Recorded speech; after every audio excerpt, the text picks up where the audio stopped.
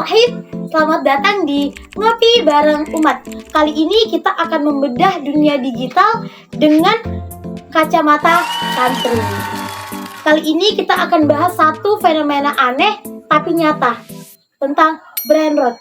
Garam mararam raraman mararaman dan madu dung dung dung tak tuntung perkuntung. Apa sih brain rot itu? Brain rot itu kerusakan otak tapi bukan penyakit, tapi karena konten absurd. Bayangin aja nih, anak kecil nonton video kucing lagi ngaji sambil nari, terus dilanjut sama video anomali brain rot. Tung tung tung sahur gak sih? Ya, Tung tung tung tung tung tung tung tung tung sahur. Anomali mengerikan yang hanya keluar pada sahur. Iya. Lucu sih memang, tapi kalau terus menerus bakal bahaya loh. Karena kita sekarang itu terbiasa mengkonsumsi konten-konten yang cepat, yang dangkal, dan seringkali tanpa arah. Padahal dalam Islam akal itu amanah, jangan sampai rusak karena hiburan. Iya sih, kadang suka nggak fokus ngaji, hafalan, karena mikirin video itu. Iya sih, memang kadang kalau misalnya kita mengkonsumsi satu video kan, apalagi video yang kayak gitu tuh pasti kita kayak kepikiran kayak, ih siapa ya tadi namanya, Tung sahur kah, atau apa lagi? Ya, cappuccino assassino. Capu capu cappuccino assassino. Assassini cappuccini. Jadi kalau sudah kayak gitu harus bagaimana dong? kalau udah kayak gitu ya, menurut aku kita harus bisa memfilter diri kita sendiri. Gimana sih caranya kita agar tidak kebawa-bawa konten kayak gitu? Karena konten kayak gitu susah kan, apalagi menarik kalau sudah kita temui di TikTok, kita scroll gitu tuh pasti kayak refleks buat terus nonton kan. Apalagi nih kita sebagai santri, ya kita caranya tuh menghilangkannya tuh dengan belajar, ngaji, murojaah, hafalan. Gimana sih caranya biar ya itu cepat terlupakan video kayak gitu?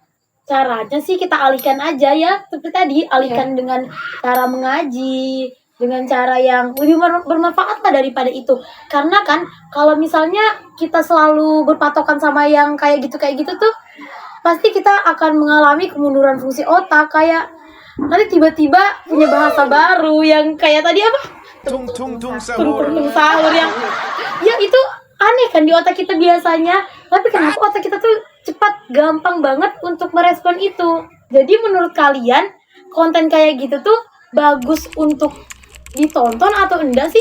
Menurutku sih nggak bagus ya, soalnya itu bukan video yang pantas, apalagi untuk anak kecil gitu ya. Karena memang anak kecil itu cepat gak sih menangkap apa yang dia, misalnya dia mendengar kata-kata yang kayak tung sahur, yang kayak gitu tuh pasti apa yang dia dengar dan itu yang bakalan dia resap di otaknya.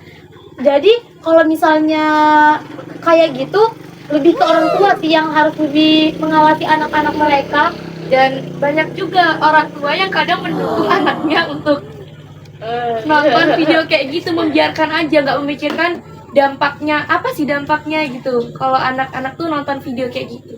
Memang kan ya, orang tua tuh kadang yang penting anaknya bahagia, terus anaknya cepat hafal. Padahal tuh dia nggak harus dihafal-hafal yang kayak gitu. Misalnya kayak hafalan Quran, hadis. nah tanpa harus tung sahur. Nah jadi nih ya, menurutku dan inti dari pembicaraan kita nih, memang yang kayak gitu tuh nggak baik, ya kan? Iya. Karena memang merusak fungsi otak, bisa membuat anak-anak tuh cenderung dia nggak mau lepas gadgetnya karena sudah keseringan nonton kayak gitu. Jadi kayak asik di dunia mereka sendiri, dan takutnya mereka tiba-tiba kayak tantrum nggak jelas gitu kan, karena memang karena tontonannya yang kayak gitu yang kayak tung sahur, yang bahkan kita pun hafal yang kayak gitu. Contohnya Tralaleo, tralaleo. Trallallero trallallà. Porco Dio e porco Allah. Ero con il mio fottuto figlio merdardo a giocare a Fortnite. Nah, jadi diharapkan untuk orang tua lebih mengawasi tontonan anak-anaknya, karena sosial media itu panjang jangkauannya. Dan semoga obrolan kita kali ini bisa jadi pengingat untuk kita semua untuk selalu jaga hati, jaga akal, dan selalu terus belajar. Saya Salsabila. Saya Ica. Saya Fadila. Saya April. Wallahumma fiqh hadi ila sabila rasyad. Wassalamualaikum warahmatullahi wabarakatuh. Sampai jumpa di obrolan kami selanjutnya.